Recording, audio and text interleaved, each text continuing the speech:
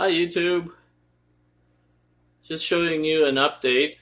So the water has cleared quite a bit, but because of their last feeding, it's a little murky, but everybody's happy.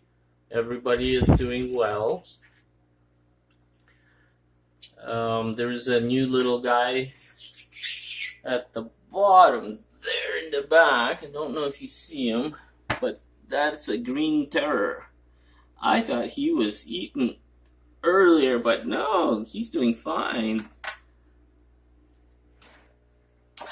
Benjamin is doing well as well. And obviously Max is playing at the top of the aquarium, as always. So the arowana is great.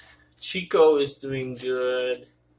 Zulu is in the back hiding with his girlfriend somewhere.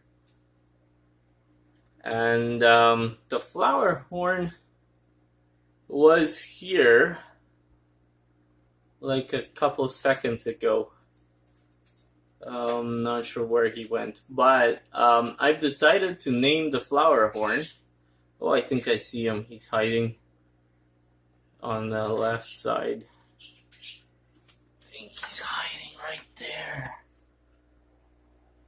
Right in there. Hello, flower horn. So I've decided to name the guy, and I've named him Marbles. So this is Benjamin, and right in the back we've got Marbles. Marbles, you look great. But let's put some light on here and show you that so far I've looked through everything, and I think I have just enough room to keep these guys going for a little bit in this tank. So no changes here. Now let me take you over to my other tanks. There's some major changes there. So first I'll show you what I had to do with the angelfish. I actually had to remove the big plaque in the back. I'm trying to breed them, and there was too much going on. Too much took up too many plants. Everything took up too much room. So we'll see how this breeding pair goes. They're kissing the glass on the right side, so maybe they've picked the right glass as their breeding plate, even though I've provided them with a nice rock. They seem to breed on leaves for me for some reason, on the plastic leaves. So we'll see. Let's go over to the other sets of guppy aquariums, the fish farm that I have. Hang on.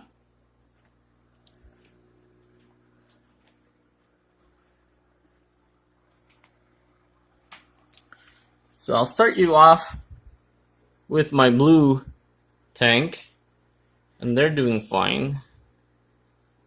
They're just chasing each other all day. So there used to be one ivory snail in every aquarium. That has all moved to the shrimp aquarium, which I'll show you soon. I also throw in a piece of bark sometimes, a little piece of bark, and I think it softens the water somewhat. So, and as you can see, I've baby-proofed the filter. Now be careful when you do this. Depends on the filter.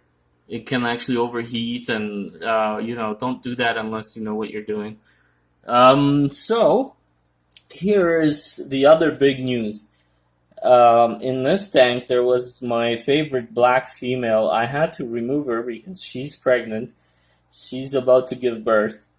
Now I've put in what I am from my experiment, the sword female and the guppy female. So I'm trying to crossbreed swords with guppies, and so far that's going pretty good. So in this aquarium, I actually put my little. I'll show you here. These are my little cats, and a piece of bark here. But I don't know if the camera will actually be able to zoom in properly into this little guy. There's two of them. Oh. And so I've added some plants in there. And I'll tell you guys a little secret at the end of the video here about plants. But the blue tank is also doing fine. Let's go back up and see what's going on in the original tank. Now I've gone crazy and gone colorful on this, just to remind me that this is the mixed tank right now. With all the different color guppies. And as you can see, this is my best female guppy, and she is extremely pregnant. She is ready to go any second here. I don't think I've seen her this pregnant before. So I've separated her. She has not yet given birth, but she's ready to go any minute. So she actually bred with the black male guppy at the very bottom tank. So she will be giving birth to all black guppies because there is no other guppy around her.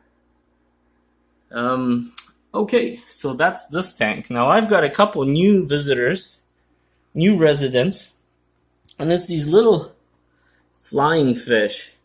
Now I don't know if this is a pair or not, but they are inseparable, and they're in my shrimp tank. They have such tiny mouths that I don't think they can even eat a shrimp egg, but they are the coolest fish, and they keep jumping up and hitting the top of the aquarium. So some of the time you can see that they injured their lip, but they're little skinny flying fish. Really cool fish. The shrimp are doing fine. They seem to travel in packs. There they are, a couple of them.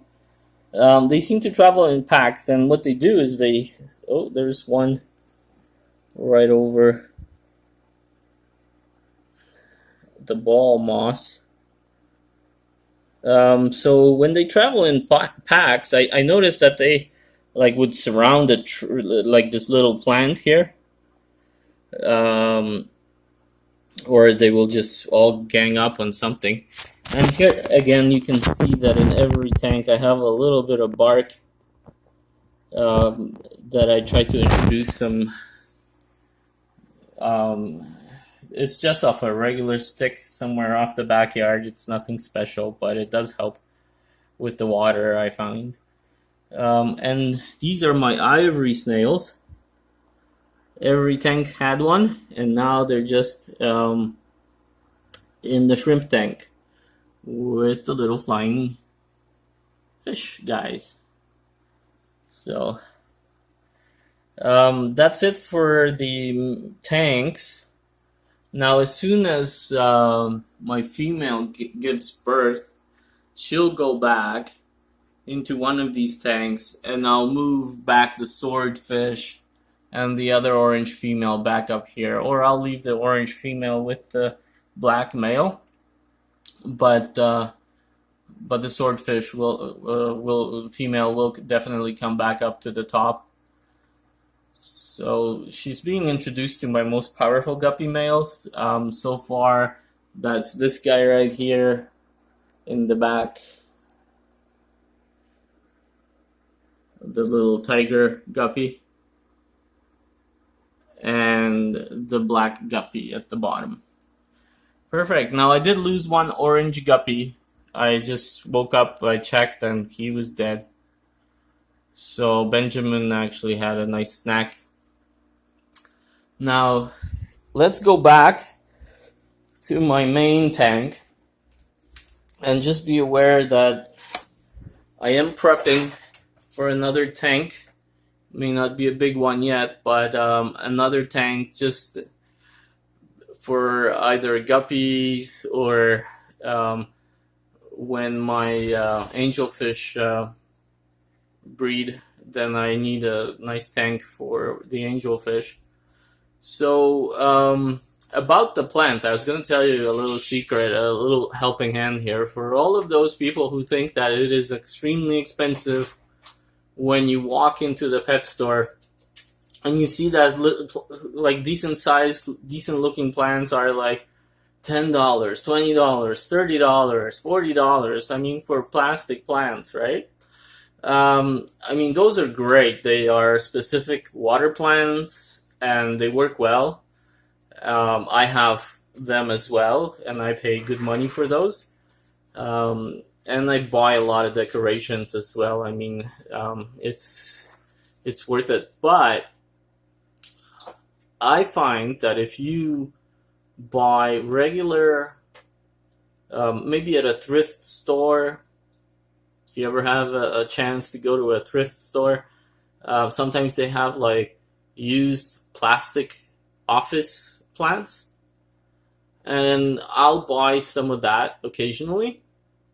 And what I will do is I'll just cut off the plant or cut it up into sizable pieces like these here. Now, as long as the plants, depends on the plant, right? Sometimes they have metal inside them, like they have wires, and sometimes they don't, right? So you gotta watch that. But it's an extremely cheap alternative. I mean, you can buy a used plastic office plant that someone's throwing out either for free or 10, $20 or less, and you can make a ton of leafage for your aquarium. And the thing about that also is, before you put it into the aquarium, just get some really hot water. You know, it's always good to either soak it in extremely hot water for a while before you do anything, or in boiling hot water, just to clean off any disease, any bacteria off the plants before you use them, right? So that's a little tip I've learned, and it's working well. You don't have to spend millions of dollars on plants, you know, and sometimes you buy the same thing at a store for like $40, where you have a whole aquarium that you can fill for $5, right? So, you know, it's all up to you, really. But that's it for the update. That's the tip. Stay tuned and see what else happens here. Thanks. Bye.